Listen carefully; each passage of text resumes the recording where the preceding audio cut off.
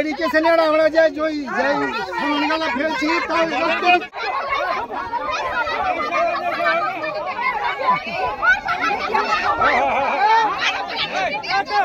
থামছি, আপনি বলছেন কি আমার গাড়ি থামলেন কেন? আমরা নিজের দুঃখ দেখাবার জন্য আপনাকে থামলাম, কিন্তু ওই দুঃখটা আপনি প্রকাশ করলেন না। আপনি বিডিও সাহেব, আপনি সবাই বললেন কি আমাকে রাস্তা ঘিরে নিন। এখন বলেন এখন আমাদের পুরো ঘর বাড়ি উঠে সব বেলাল্লা হয়ে গেলাম, সব খাওয়া দাওয়া সব হয়ে যাবে। ভাঙন কবলিত এলাকা পরিদর্শনে গিয়ে এলাকার মানুষের বিক্ষোভের মুখে পড়লেন রাজ্য সরকারের ক্ষুদ্র ও কুটির শিল্প দপ্তরের প্রতিমন্ত্রী তথা মালদার হরিশ্চন্দ্রপুরের বিধায়ক তাজমুল হোসেন। হরিশ্চন্দ্রপুর ২ নম্বর ব্লকের রশিদপুর গ্রামে গিয়ে বিক্ষোভের মুখে পড়েন তিনি। জল বাড়তি ফুলাহার নদীতে শুরু হয়েছে ব্যাপক ভাঙন। স্থানীয় বাসিন্দাদের অভিযোগ, বেশ কয়েকটি বাড়ি নদীগর্ভে তলিয়ে গেছে। বারবার প্রশাসনকে জানানো হলেও কোনো লাভ হয়নি। তাই আজ মন্ত্রী এলাকায় যেতেই তাকে ঘিরে বিক্ষোভ দেখান স্থানীয় বাসিন্দারা। ভাঙন রোধ, পুনর্বাসন সহ একাধিক দাবিতে বিক্ষোভ দেখান। রশিদপুর গ্রাম পূর্ব পাড়াটা কেটে নদীতে চলে গেল। আবার মন্ত্রী সাহেব এসেছিল, সামনে বছর এসেছিল। মন্ত্রী সাহেবকে আমরা অনেক অনুরোধ করেছিলাম যে আমাদের ঘর বাড়ি বাঁচাবার জন্য আমাদের কোনো রক্ষা করে নদীটাকে, কিন্তু মন্ত্রী সাহেব বলে গেল যে এখান থেকে যাচ্ছি, শুকনোর সময় আমরা কোনো রক্ষা করব, কিন্তু রক্ষা কিচ্ছু করতে পারলো না। আবার বন্যার সময় যখন এসে তখন মন্ত্রী, বিডিও, এমএলএ সব এসে এখন কি করতে পারবে? বিডিওর বাবাকে ক্ষমতা নাই এখন কিছু থামতে পারবে নদীকে। আমাদের বাড়ি ঘর সব কেটে চলে গেল নদীতে। ছেলে পেলে রাত্রে আমরা রাস্তাতে বসে থাকছি, ঘুম আসছে না।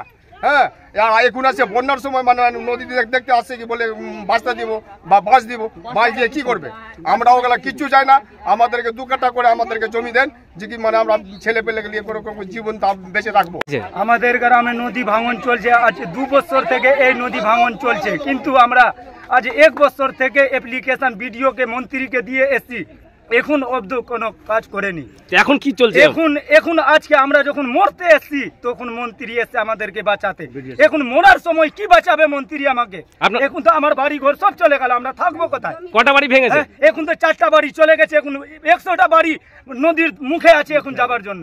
এখন মন্ত্রী সাহেব আমাদের কি বাঁচাবে আমাদেরকে? আমরা শুধু চাই মন্ত্রীর কাছে গিয়ে আমাদেরকে 2 কাঠা করে জমি দাও। ওদের ক্ষোভের কথা শুনলাম, ওদের খুব জাস্টিফাইড, এবং সেটা তো ওই যে বললাম যে কী করা যাবে না করা যাবে। কারণ এখানে যে যা কাজ করা যাবে সেটা তো শুধু আমাদের পঞ্চায়েত সমিতি বা আমাদের পক্ষে তো সম্ভব না। তো আমরা সেটা আমি হায়রাদের সাথে কথা বলি, তাদের ডিসিশন অনুযায়ী কী হবে সেই অনুযায়ী আমরা করছি।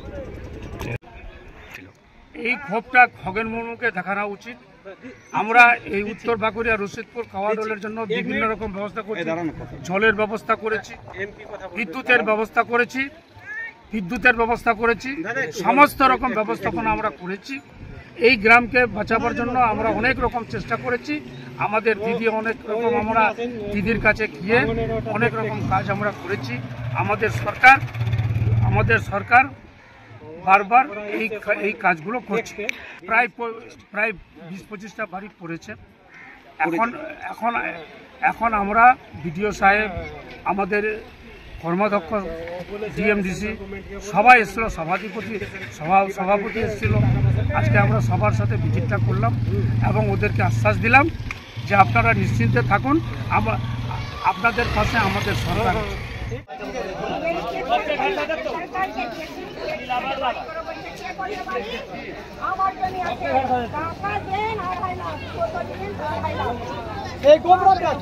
ব্যুরো রিপোর্ট, সংবাদ বাংলা টিভি।